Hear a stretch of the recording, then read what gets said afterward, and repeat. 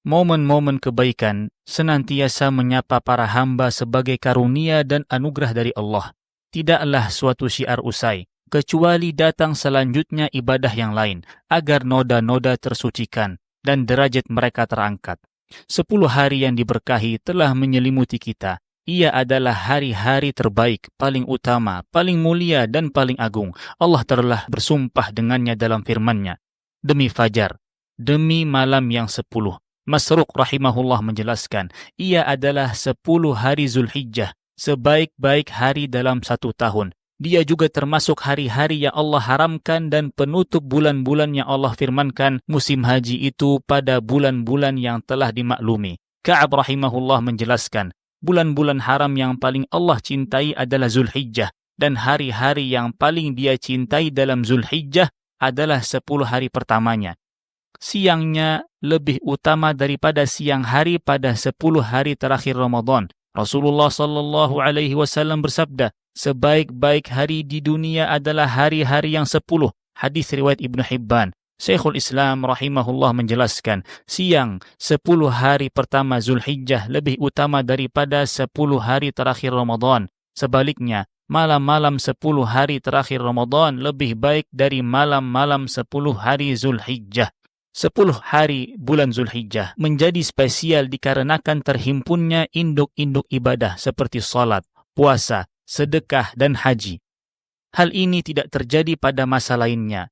Perbedaan level keutamaan antara malam-malam dan hari-hari tertentu menjadi pemicu untuk memaksimalkan kebaikan di dalamnya. Di antara bentuk pemaksimalan 10 hari ini adalah dengan memperbanyak amal-amal soleh di dalamnya. Semua amal ibadah yang dikerjakan pada hari-hari tersebut lebih utama dari amal serupa yang dikerjakan pada selainnya.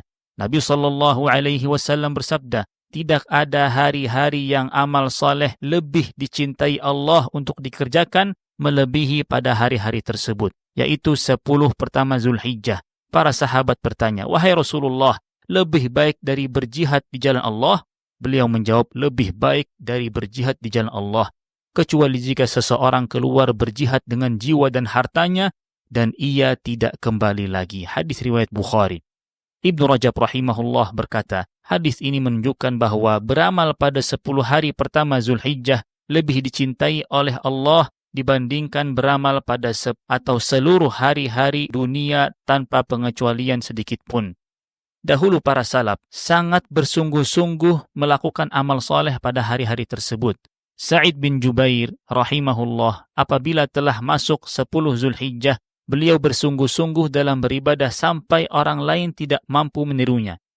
Di antara bentuk karunia Allah dan kemurahannya yaitu berbagai macam bentuk ketaatan yang bisa dilakukan. Di antaranya ibadah yang disyariatkan adalah memperbanyak zikir kepada Allah dan supaya mereka menyebut nama Allah pada hari-hari yang telah ditentukan. Ibnu Abbas radhiyallahu anhuma berkata, yaitu hari 10 pertama Zulhijjah. Berzikir pada hari-hari tersebut termasuk ibadah yang paling utama. Nabi SAW bersabda, tidak ada hari-hari yang lebih agung dan lebih dicintai oleh Allah untuk melakukan amal saleh pada hari-hari tersebut melebihi 10 hari ini. Maka perbanyaklah tahlil, takbir, dan tahmid. Hadis riwayat Ahmad. Imam Nawawi rahimahullah mengatakan, dianjurkan memperbanyak zikir pada 10 hari tersebut melebihi hari-hari yang lain. Dan pada hari Arafah, anjuran ini lebih ditekankan melebihi hari-hari yang lain.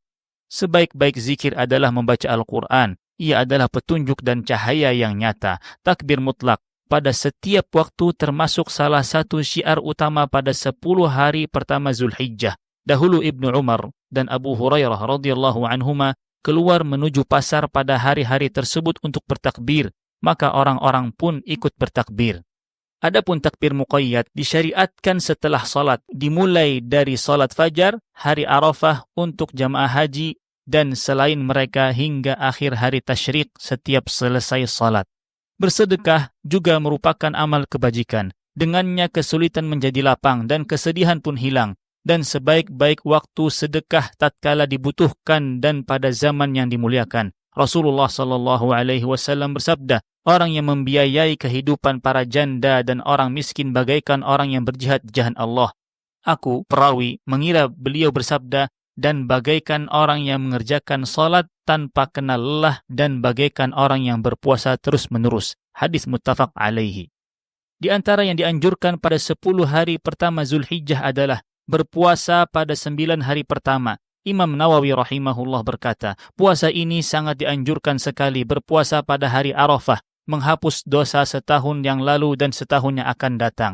Namun, yang lebih utama adalah untuk orang yang berhaji tidak berpuasa, meneladani apa yang dikerjakan oleh Nabi SAW dan menyisakan tenaga untuk lebih tunduk dan memperbanyak doa. Hari Arafah adalah momen berkumpulnya kaum muslimin, hari penuh harap, kekhusyuan, kerendahan dan ketundukan. Hari yang mulia bagi kaum muslimin. Tidak ada hari yang lebih banyak Allah bebaskan hambanya dari neraka melebihi hari Arafah. Hadis riwayat Muslim. Syekhul Islam rahimahullah menuturkan, pada siang hari Arafah akan dihembuskan rasa iman, rahmat, cahaya dan keberkahan ke relung sanubari orang-orang yang berhaji. Sesuatu yang tak dapat diungkapkan. Doa memiliki kedudukan agung dan tinggi. Seorang hamba menengadahkan kebutuhan-kebutuhannya kepada Tuhannya seraya memohon kedermawanannya yang terus mengalir. Ia juga menghadirkan hati di hadapan Allah sebagai bentuk realisasi perintahnya. Maka sembahlah Allah dengan tulus ikhlas beragama kepadanya. Angkat permintaan Anda, bisikkan keresahan Anda kepadanya, baik pada hari Arafah dan selainnya. Yakinlah terhadap pengabulan dan merengeklah saat meminta kepada yang maha dermawan, sang pencipta yang maha mengetahui.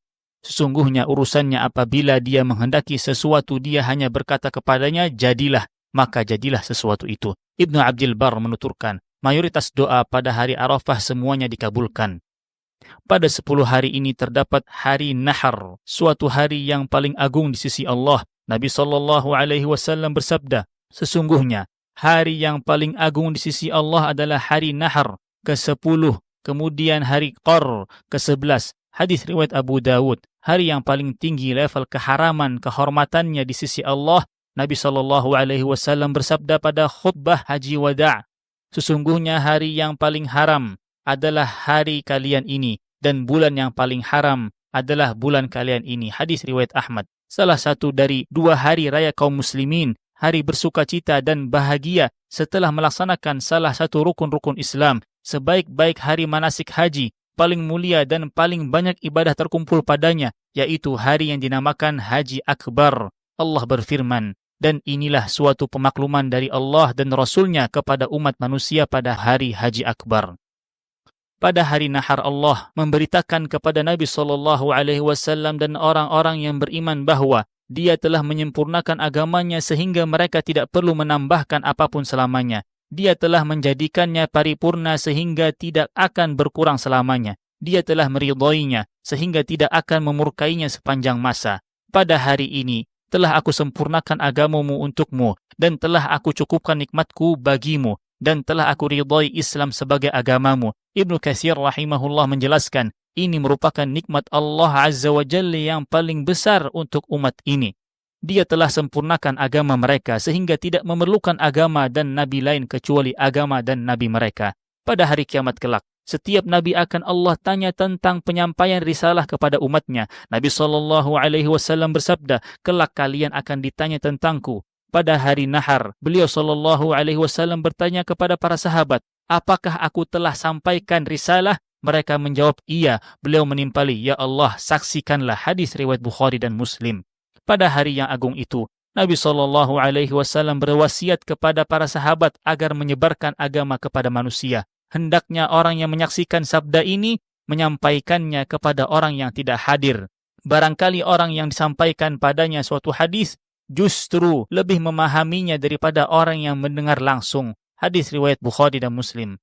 Al-Mudiri rahimahullah menjelaskan, ini merupakan dorongan kuat untuk mengajarkan manusia hadis-hadis Nabi SAW dan ilmu-ilmu syar'i lainnya. Jikalau bukan karena praktek belajar mengajar, maka sungguh ilmu itu akan hilang dari manusia. Meskipun manusia dalam suasana kegembiraan, namun terkadang sebagian orang lalai dari berzikir kepada Allah, padahal Allah telah berfirman, dan berzikirlah menyebut Allah dalam beberapa hari yang terbilang. Ibnu Abbas radhiyallahu anhuma menjelaskan, hari-hari yang terbilang maksudnya adalah hari-hari tasyrik yaitu 3 hari setelah hari nahar. Nabi SAW juga bersabda, hari-hari tasyrik adalah hari-hari untuk makan, minum, dan berzikir kepada Allah. Ibnu Hajar rahimahullah mengatakan, keutamaan 10 hari pertama telah kukuh, maka begitu pula tetap keutamaan untuk hari-hari tasyrik.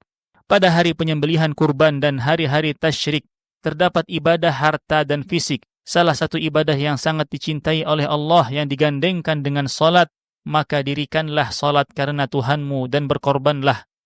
Allah memerintahkan untuk ikhlas dengan berkurban dan meniatkannya hanya untuknya semata, bukan untuk berbangga, ria, atau sum'ah, atau sekedar kebiasaan. Daging-daging unta dan darahnya itu sekali-kali tidak dapat mencapai keridhaan Allah, tetapi ketakwaan dari kamulah yang dapat mencapainya. Nabi SAW pernah berkurban dengan 2 ekor domba, Amlah dan Aqran. Beliau menyembelih sendiri dengan tangannya. Arti dari Amlah adalah yang berwarna hitam namun berwarna putih di bagian atasnya. Adapun Aqran adalah yang bertanduk. Sebaik-baik hewan kurban adalah yang paling mahal harganya dan paling bernilai bagi pemiliknya. 1 ekor kambing cukup untuk seorang laki-laki dan anggota keluarganya. Dibolehkan bagi seorang berhutang untuk berkurban dan mengharap ganti dari Allah. Janganlah seseorang mengeluhkan mahalnya harga hewan kurban, karena pahalanya di sisi Allah besar. Damaikanlah diri kalian, makanlah, beri makan orang lain, bersedekahlah, dan incarlah orang-orang fakir dalam sedekah dan karib kerabat juga para tetangga tatkala menyalurkan hadiah-hadiah kalian. Barang siapa ingin berkurban, maka diharamkan baginya pada 10 hari ini untuk memotong rambut dan kukunya sedikit pun. Nabi SAW bersabda, barang siapa mempunyai hewan kurban yang akan dia kurbankan, maka apabila telah masuk bulan Zulhijjah, janganlah ia mengambil memotong rambut dan kukunya sedikit pun sampai ia menyembelih. Bahaya maksiat semakin tinggi tatkala dikerjakan pada momen-momen turunnya rahmat dan berbagai kebaikan. Allah berfirman, sesungguhnya jumlah bulan menurut Allah ialah 12 bulan. Sebagaimana dalam ketetapan Allah pada waktu Dia menciptakan langit dan bumi. Di antaranya ada 4 bulan haram. Itulah ketetapan agama yang lurus. Maka janganlah kamu menzalimi dirimu dalam bulan yang 4 itu. Dan perangilah kaum musyrikin semuanya sebagaimana mereka pun memerangi kamu semuanya. Dan ketahuilah bahwa Allah beserta orang-orang yang bertakwa. Qatadah rahimahullah menuturkan, kezaliman pada bulan-bulan haram dosanya lebih besar dibandingkan bulan lainnya. Meskipun sebenarnya kezaliman itu suatu hal yang besar, larangannya kapan saja, namun Allah mengagungkan apa yang Dia kehendaki. Orang yang berbahagia adalah yang dapat memanfaatkan momen-momen pada setiap bulan, hari dan waktu untuk mendekat kepada Tuhannya dengan berbagai macam ketaatan, supaya ia mendapatkan hembusan rahmat dari rahmat-rahmat Allah, sehingga ia meraih kebahagiaan yang dapat menyelamatkannya dari azab dan kobaran api neraka, dan sukses mendapatkan pahala surga yang luasnya seluas langit dan bumi. Allah berfirman, berlomba-lombalah kamu untuk mendapatkan ampunan dari Tuhanmu, dan surga yang luasnya seluas langit dan bumi, yang disediakan bagi orang-orang yang beriman kepada Allah dan Rasul-Nya. Itulah karunia Allah yang diberikan kepada siapa yang dikehendakinya, dan Allah mempunyai karunia yang besar.